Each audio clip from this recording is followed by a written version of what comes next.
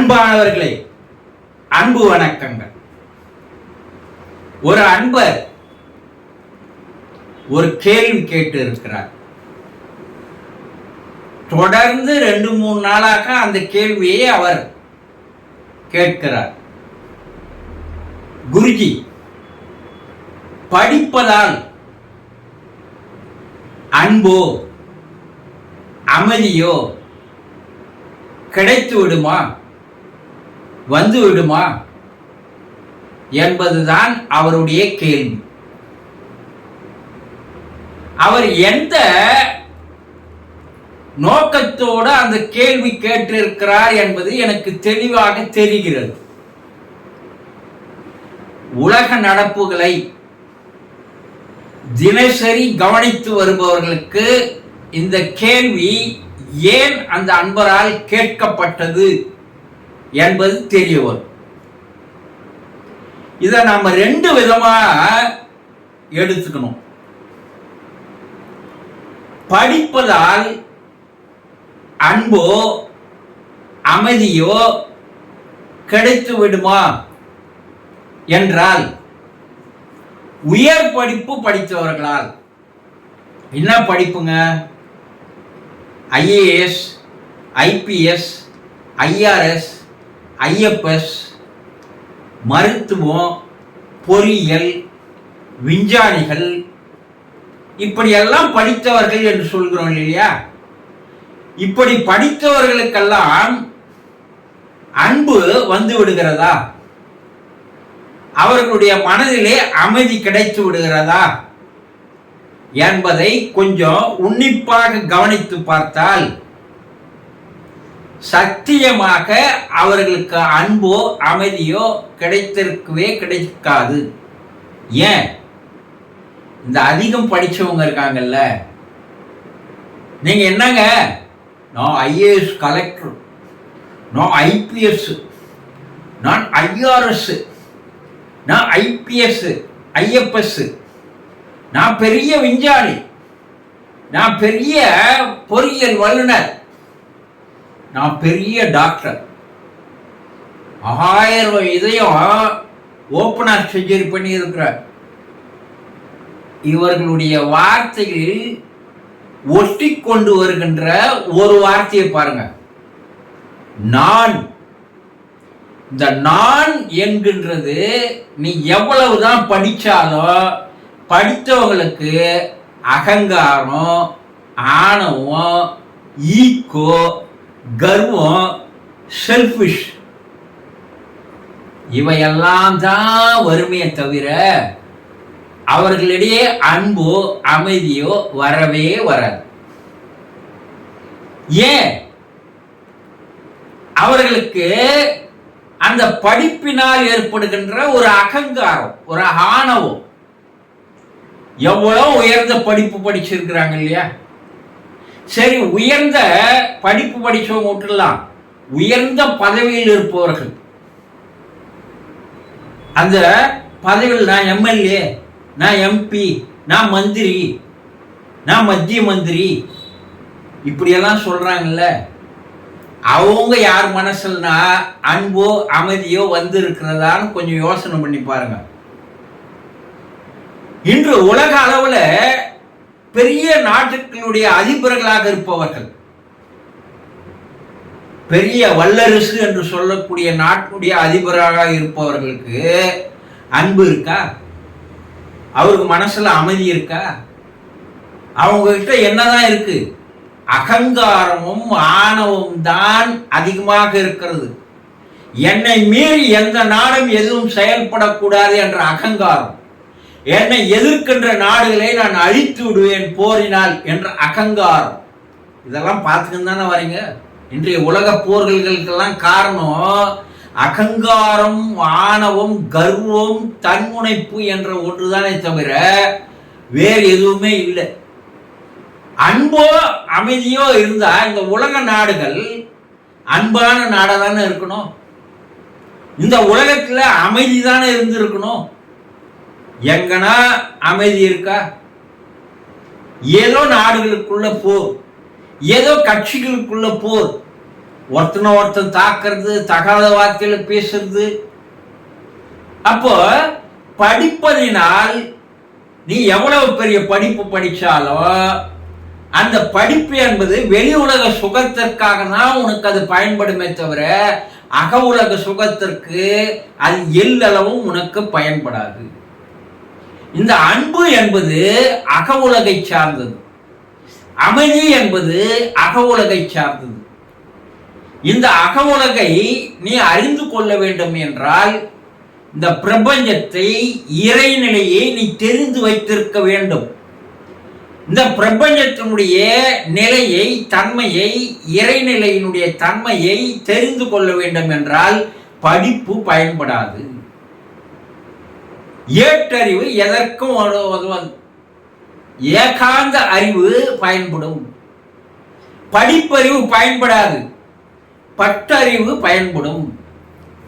அனுபவம் தான் உனக்கு இதெல்லாம் அன்பையும் இரக்கத்தையும் தயவையும் எல்லாம் கொண்டு வருமே தவிர வேறு ஏதாலும் வரவே வராது. சரி, இது படித்தவர்கள். இவர் கேட்கின்ற நோக்கம் என்னன்றது எனக்கு புரியுது. மறைநூல்களை படிப்பதனால் அன்போ இரக்கமோ அமைதியோ வந்து விடுமா என்றால், இந்த உலகத்தில் மறைநூலை எழுதியவர்கள், மறைநூலை இந்த உலகத்திற்கு தந்தவர்கள் யார் பாருங்க. முதல்ல அங்க பார்க்கணும். அவங்க படிச்சவங்களா பாருங்க. இந்த அவதாரங்கள் என்று சொல்லக்கூடிய தேவ தூதர்கள் என்று சொல்லக்கூடியவர்கள் எந்த பள்ளியில, எந்த கல்லூரியில, எந்த பல்கலைக்கழகத்துல படிச்சு பட்டம் வாங்கினவங்களா? கிடையாது. அவர்கள் படித்ததெல்லாம் ஏகாந்த படிப்பு.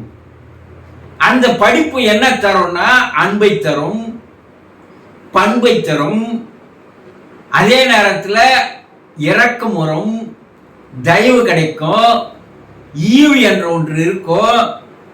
இதெல்லாம் இருக்கும். இவர்கள் தந்த அந்த மறைநூலை, இறை உபதேசத்தை படிச்சவங்க எத்தனையோ கோடிக்கணக்கான பேர் இன்று இருக்கிறாங்க இல்லையா? யாராவது ஏன் அவர்களை போல மாறல? ஏன்னா அது அனுபவம். இது படிக்கிறது. அந்த மறைநூலை படிக்கிறதுனால இனிப்பு என்று நீ படித்து விட்டால் நாக்கினுடைய சுவை வந்துருமா? வராது. அனுபவம் வேணும்.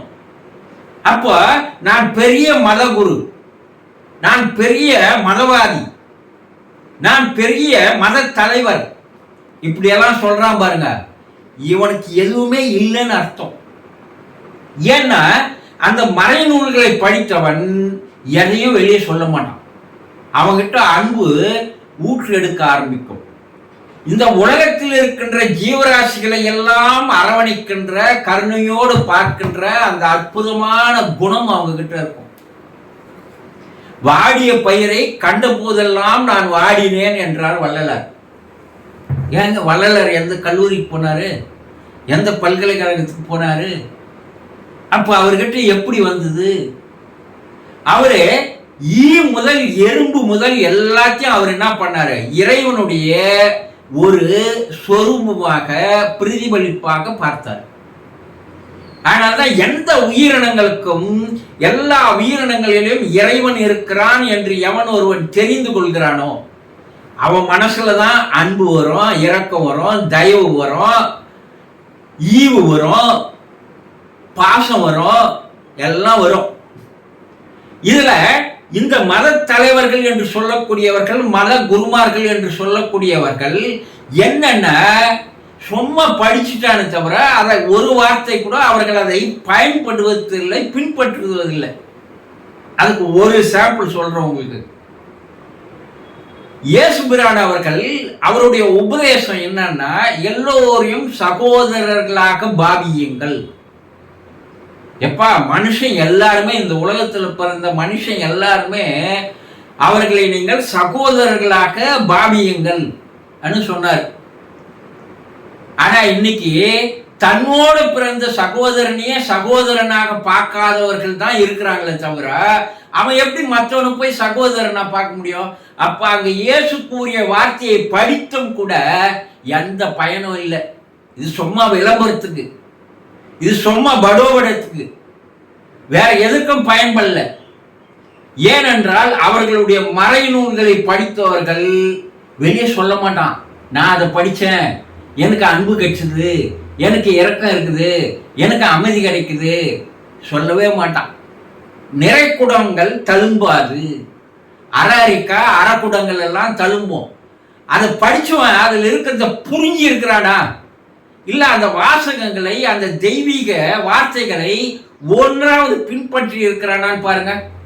இன்று உலக அளவில் யாரும் எந்த மதத்தை சார்ந்தவர்களும் தன்னுடைய மதத்தில் இருக்கின்ற மரநூல்களை படித்தும் கூட அதன்படி நடப்பதே இல்லை என்பதுதான் 100% உண்மை. அப்படி நடந்து இருந்தா இந்த உலகம் சுபிட்சமா இருந்திருக்கும் இல்லையா, இந்த உலகம் அமைதியா இருந்திருக்கும் இல்லையா, இந்த உலகம் ஆனந்தமா இருந்திருக்கும் இல்லையா.